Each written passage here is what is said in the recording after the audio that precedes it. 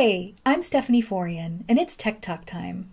Tech Talk, Tech Talk, Time to talk tech.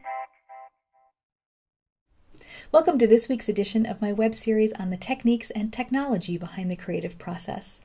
May is Microphone Month on my channel, so today's video is going to keep in that theme by talking about how to find a microphone's sweet spot. So today I'll be discussing 2 tech specs that you can use to help you find your microphone's sweet spot. I'll tell you what they are, but I will also give you very practical and easy ways of figuring out what they are so that you can use this knowledge at your next gig or your next recording session or podcast. Before I get started, I want to briefly mention that I'm coming at this from the perspective of a vocalist, which means that the examples that I use today are probably going to be very vocal-centric. However, the information in this video applies to recording in general, no matter what instrument you're recording or what environment. So whether you're recording drums or a guitar or a podcast or you're live or in the studio, this information will still apply. The first tech spec we'll be discussing today is a microphone's polar pattern, and that basically tells us what direction the microphone's ears are pointed in, so where it's listening. And the reason that's important to know for the sweet spot is if you don't know which direction the microphone is recording in and you're standing outside of that range, then you're not going to get the best quality. So what I'm going to do is I'm going to talk about just a couple of the available polar patterns out there, and I will put a little diagram on the screen so that you can see the technical aspect of it, but I will also be demonstrating with my little demo mic here so that the less technical of us can also have a visual reference. The first polar pattern I'd like to talk about is called the omnidirectional polar pattern. That basically records all the way 360 degrees around the microphone, basically like a little spherical bubble. You can think of it that way. So it's going to record behind, to the sides, to the front, and it's going to record everything equally. The advantage to this is, of course, if you don't know exactly where your subject is going to be, or if you need to give your subject more flexibility, they're going to be able to stay in the sweet spot because the sweet spot is all the way around the microphone. And in certain situations, for example, a bluegrass band, if you have an omnidirectional microphone and the band is standing around it, it's going to be much easier to pick up all of the instruments and all of the people standing around this one microphone.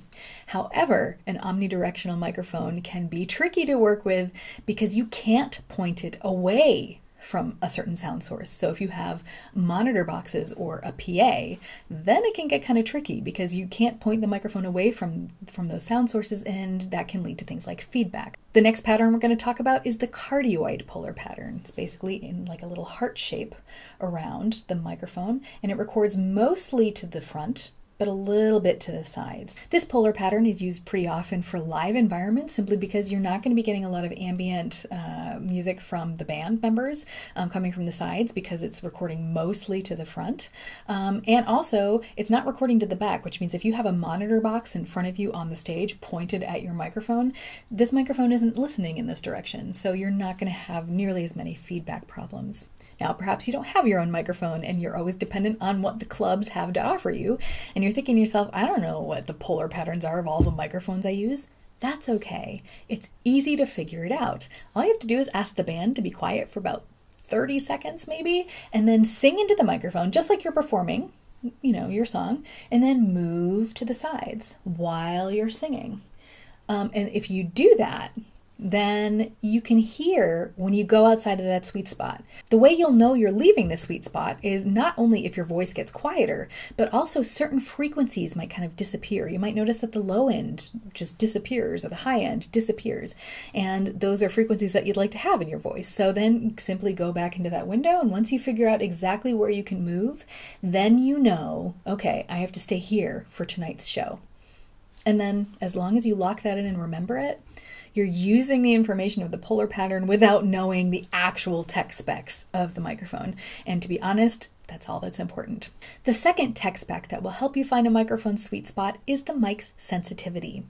And that's basically going to tell you, how close do you have to be when you sing at a certain volume in order to get the volume that you need so that the microphone's actually recording the signal from your voice, and also the detail from your voice. And so you can also easily test this out, and this time you go on this axis. So how close do I have to be? How far away can I get? Now, if you are a very dynamic singer and you go from loud to quiet in one song, then you're going to have to use a little bit of mic technique to kind of balance that out a little bit. But every microphone's going to have a range in which it works. This microphone, for example, doesn't matter how loud I sing, I can't get that far away. It's not going to be one of these nights.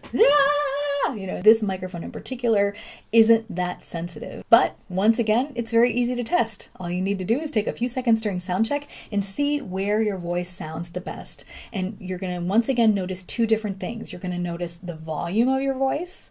Like when does it stop picking up the signal of your voice? And you're also going to notice when certain frequencies disappear or become too muddy. So to wrap things up, to test the polar pattern, you're going to go from side to side on one axis.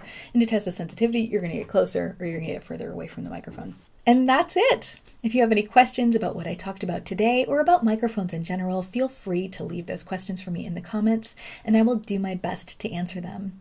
Other than that, thank you so much for choosing to spend some of your time with me today. I hope you have a wonderful week, and that I'll see you again soon for some more Tech Talk time.